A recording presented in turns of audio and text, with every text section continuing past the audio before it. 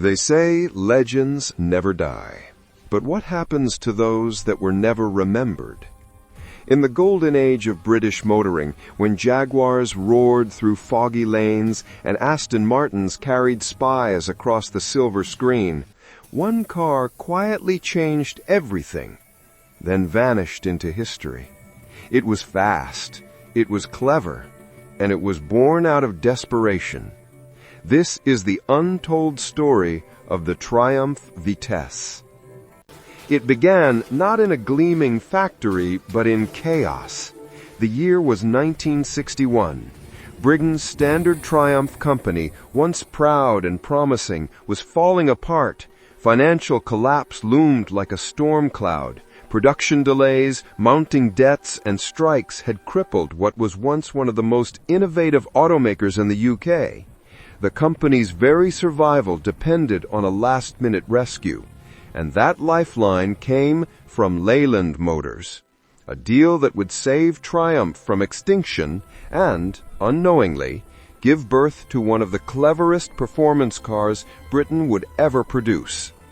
From the ashes of failure, something remarkable emerged, a new idea, a family car that could outrun a sports car. It was madness. At least that's what engineers thought at first. The Herald, Triumph's small, modest car, was a simple family saloon. Cheap to build, easy to repair, nothing glamorous.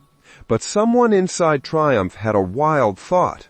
What if we took the Herald's compact frame and gave it the heart of a six-cylinder beast? No one had ever done that before. And that's how the Vitesse was born. An experiment that shouldn't have worked, but somehow did. When you look at the Vitesse today, you see elegance wrapped in confidence. Quad headlamps staring back at you, nicknamed the Chinese eyes. An idea brought to life by Italian design genius Giovanni Michelotti. He sculpted the car with a lower bonnet, polished trim, and silver alloy accents that made the once humble Herald look like it belonged beside a Bentley. It was pure 1960s sophistication, sharp, sleek, but still approachable. Yet behind that style, the engineering story was even more fascinating. Triumph's factory had a problem. Their body supplier had been swallowed by British Motor Corporation, a rival. That meant Triumph had to rely on a separate chassis construction, something considered outdated at the time. But that problem turned into their secret weapon. A separate chassis meant flexibility. You could swap engines, change bodies, and even create new variants without redesigning the whole car. It also meant the convertible version of the Vitesse didn't need heavy reinforcements, just stronger door catches, nothing more. It was light, nimble, and shockingly stable. That's why the Vitesse became one of Britain's only true four-seat convertibles in the 1960s. A car you could take your family in, drop the roof, and still feel the thrill of open-air motoring. For many, it was love at first drive. The first Triumph Vitesse 6 rolled off the line in May 1962. Under the hood, a 1.6-liter straight-six engine producing 70 horsepower. Not monstrous by modern standards, but smooth, confident, and wonderfully British. Twin carburetors delivered silk-smooth throttle response. The sound, pure mechanical music. It wasn't the fastest car in the world, but it was elegant, balanced, and surprisingly lively. It could hit 80 miles per hour and cruise effortlessly through winding English roads. For a small family saloon, that was unheard of. But Triumph wasn't done. They knew they'd built something special, and they wanted more. In 1966, the Vitesse got a heart transplant. The same 2.0-liter engine from the new GT6 Sports Coupe. Power leapt to 95 horsepower. Torque jumped. And suddenly, this little British saloon could embarrass proper sports cars. 0 to 60 in just under 12 seconds. Top speed, 104 miles per hour. Triumph proudly advertised, "Our family car can outperform 11 leading sports cars." It sounded like marketing hype until people tested it and realized Triumph wasn't exaggerating. There's a story from the late 60s. Somewhere in North Cheshire, an R-Type Bentley was flying down a straight road, its owner confident, unstoppable. Then, in his rearview mirror, he saw something strange. A small Triumph Vitesse keeping pace. Both drivers went flat out, side by side through the fog, at over 100 miles per hour. The Bentley driver waved, and the Vitesse driver waved back. A car costing a fraction of the Bentley's price had just matched its performance. That was the Vitesse's magic. It didn't care about prestige. It cared about purpose. Of course, it had flaws. Early models suffered from awkward handling. That swing-axle rear suspension, borrowed from the Herald, could be twitchy when pushed. Reviewers complained of sudden oversteer, unpredictable balance.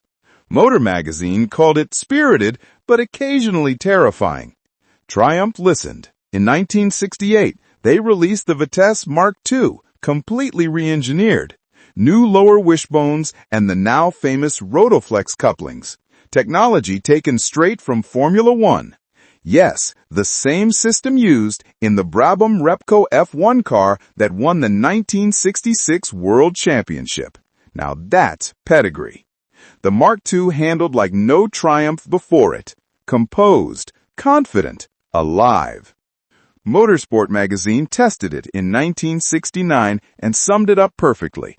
Rather old-fashioned, but honest. A small car with the heart of a lion. Across the Atlantic, Triumph tried something bold. They renamed it the Triumph Sport 6 and sent it to America. A sleek convertible with real four-seat comfort, six-cylinder smoothness, and British charm. Priced at just $2,499. It had everything it needed to succeed, except timing. Because in April 1964, something huge happened. Ford launched the Mustang, the American dream car. It was faster, cheaper, and backed by thousands of dealerships. The little Triumph never stood a chance. After only 679 sales, it quietly left the U.S. market. Back home in Britain, however, the Vitesse thrived. Over 9 years of production, from 1962 to 1971, more than 51,000 Vitesses found homes. That's not bad for a car born out of desperation. And among them, a few legends emerged. A dozen rare estate versions built by hand at Triumph's Park Royal Depot in West London. Each cost as much as an E-Type Jaguar. Today, only one is believed to survive. But perhaps the most important legacy of the Vitesse isn't what it was, but what it created. Because its engineering DNA flowed into Triumph's entire future lineup, the GT6, the Spitfire, and later the Stag. All of them trace their roots back to the Herald's chassis, and the Vitesse's success proved the formula worked. Without it, those iconic models might never have existed. The Vitesse bowed out gracefully in 1971. By then, the automotive world was changing. Safety laws, emissions, new manufacturing methods. The era of separate chassis design was ending.